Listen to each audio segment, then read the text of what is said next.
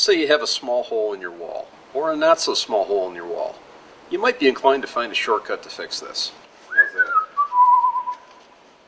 Today, we're going to show you the right way to fix a decent sized hole in your drywall that's quick, easy, and you won't even need to use any power tools. All you're going to need are a few common hand tools and your drywall's new best friend, the DAP Presto Patch. So what's so great about the DAP Presto Patch? Well, it's really cool because it's easy and it's structural. Most patch products are either very easy, where you just press them onto the wall, or they're structural, which take a whole lot more work. The neat thing about the DAP Presto Patch is it's both. What you get in the kit is you get, of course, a comprehensive set of instructions.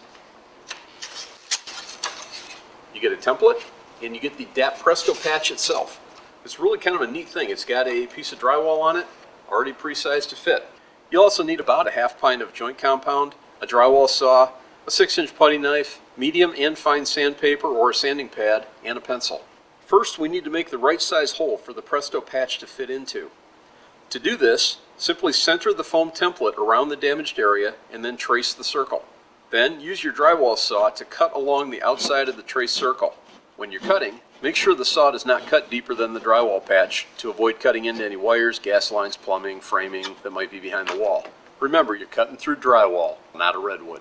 Once you've cut your circle, clean away any drywall debris from the hole and then test fit the Presto Patch into the hole.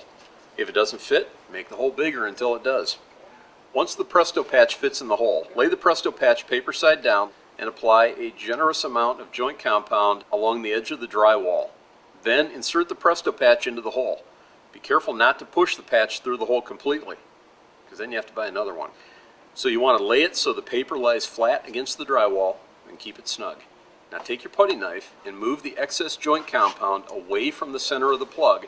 It's going to be underneath the paper, toward the outer edge of the plug, and smooth the paper.